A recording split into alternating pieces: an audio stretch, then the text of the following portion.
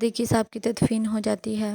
باجی بہت زیادہ رو رہی ہوتی ہے۔ ماں اور شہناز ان کو چپ کرواتی ہیں۔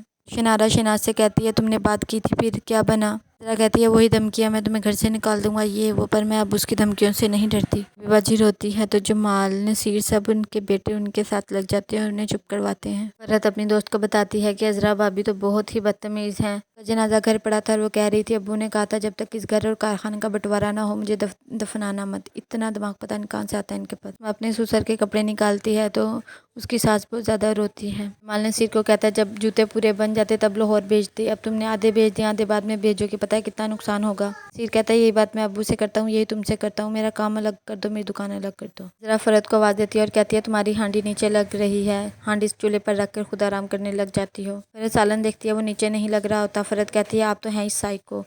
عذرا کہتی ہے کہ میں تمہیں بتاتی ہوں کہ سائیکو ہوتی کیا ہے۔ اسما جمال کو بتاتی ہے کہ عذرا اور فرحت کی آج پھر لڑائی ہوئی ہے، اب عذرا بھابی کو بھی کہیں کہ تھوڑا لحاظ کرے، میں واصف کو کہوں گی وہ بھی فرحت کو سمجھائے۔ فرحت کہتی ہے عذرا بھابی مجھ سے جان بوجھ کر لڑائیاں کرتی ہیں، آپ جا کر بات کریں جمال بھائی سے کہ وہ اب تک گئے کیوں نہیں، ابو نے انہیں کہا تھا کہ وہ چلے جائیں۔